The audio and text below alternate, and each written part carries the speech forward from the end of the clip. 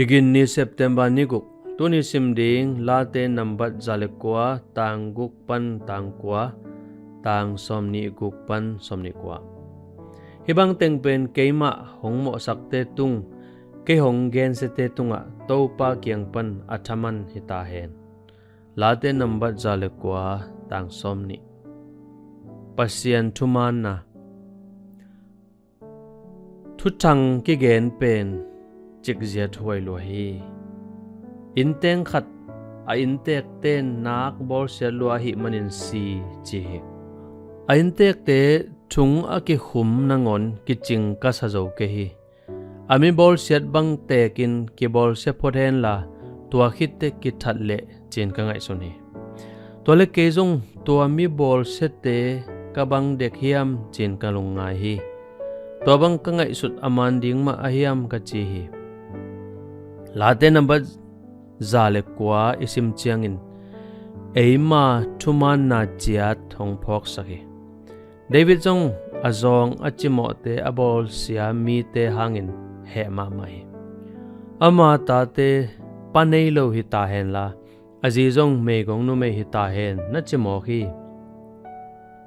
ama thunei a hi hangin Davidin to bang mi te thukki lo hi tua sang in thuman na anak pasian kianga puak to zo hi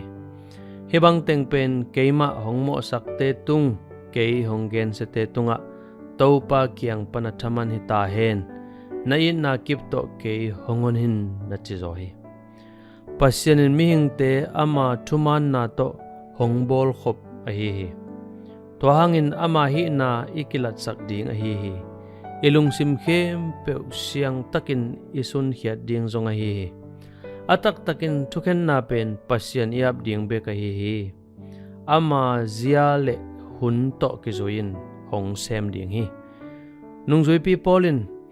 lom te o na he na u kwa ma tunga thuk ki keun la pasian thu ki ding in koi lelun chin siang takin nagen hi bang thu thang bang thu piangin hongboi sakhiam thuman lo na apum thuak hu akisam mi te ading thu na koi chinget ding hiam pasiano na khem pe amu thuman pasian na hi na thuman kizel hen la mi khem pe win ki tang na tak to hong bia u hen amen